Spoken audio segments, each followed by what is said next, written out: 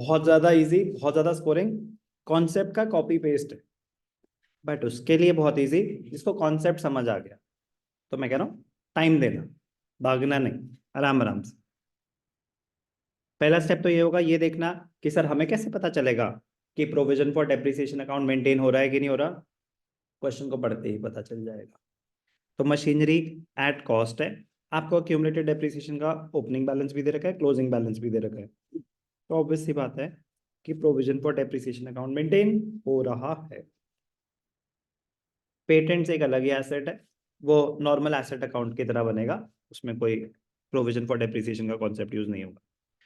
During the year machine costing 90,000 with accumulated depreciation 60,000 was sold for 50,000। Patents की अलग information है, हम पहले मशीनरी पे फोकस करते हैं। कह रहे calculate cash flow from investing activity, कह रहे करते हैं अभी। तो वर्किंग नोट में पहला हो जाएगा मशीनरी अकाउंट, दूसरा हो जाएगा अक्यूमुलेटेड डेप्रिसिएशन अकाउंट, पेटेंट्स में कुछ हो रहा है, सेल हो रही है, तो तीसरा हो जाएगा पेटेंट्स अकाउंट। कोई डाउट? एसेट अकाउंट पहले क्या आएगा? To balance B D by balance C D, opening balance closing balance 950 10 lakhs, opening balance 950, closing balance 10 lakhs। कोई भी डाउट? accumulated depreciation 110 150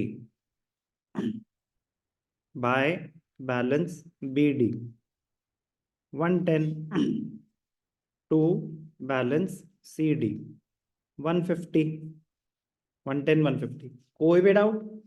बचा क्या? सिर्फ transaction sale. During the year machine costing 90,000 with accumulated depreciation of 60,000 was sold for 50,000। तो 60,000 क्या है? Current year depreciation या कुछ और? Be loud and clear, be specific.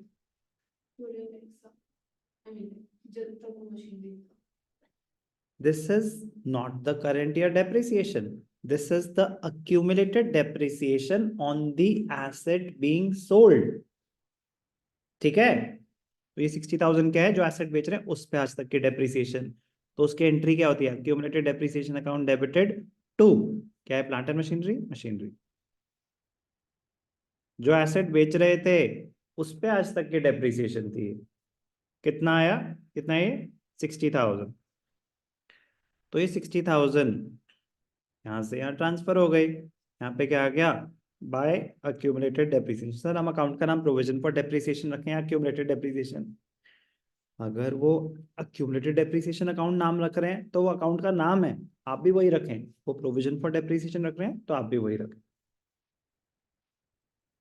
तो अक्यूमुलेटेड डेप्रिसिएशन थी 60,000, asset costing 90, accumulated depreciation 60, sold for 50। तो working note में यहीं पे कर लेते हैं, book value asset costing accumulated depreciation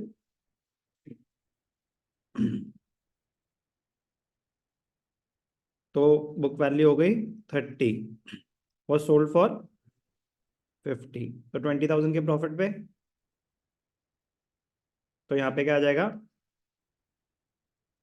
bye bank account, sale value 50, profit है to statement of P&L, gain on sale कितना? 20। क्लियर? अब अक्यूमुलेटेड डेप्रिसिएशन मैच नहीं कर रहा क्योंकि बैलेंसिंग फिगर आएगा। यहाँ पे क्या आ जाएगा? Bye depreciation account, balancing figure क्या है ये? Current year depreciation. Investing activities में यूज नहीं होता, बट अकाउंट तो क्लोज करना है ना। करंट इन्वेस्टिंग में यूज नहीं होता, ऑपरेटिंग में जाता है ये, बट प्लीज अकाउंट बनाना आना चाहिए, अकाउंट पूरा बनेगा। तो 1 lakh is current year depreciation, investing में कहीं नहीं आएगा। इन्वेस्टिंग में तो ये भी नहीं आएगा, बट ये यूज हुआ ना प्रॉफिट और लॉस निकालने के लिए। ठीक है, अब इसको क्लोज करेंगे। क्या ये 1110? ये कितना है? 970। 970 मतलब 140 to bank account balancing figure. क्या है ये? Purchase of fixed asset. 9 10 10 90 11 10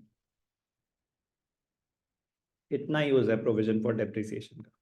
but अगर हम आइडेंटिफाई गलत करेंगे कि वो करंट ईयर डेप्रिसिएशन है या जो एसेट बेच रहे हैं उस पर आज, इन दोनों चीजों में ही बस ध्यान रखना है कि करंट ईयर डेप्रिसिएशन है या जो एसेट बेच रहे हैं उस पर आज तक की डेप्रिसिएशन। करंट ईयर डेप्रिसिएशन है तो प्रोविजन में क्रेडिट साइड पे आता है। प्लीज मतलब इतनी आइडेंटिफिकेशन और उसकी प्रेजेंटेशन।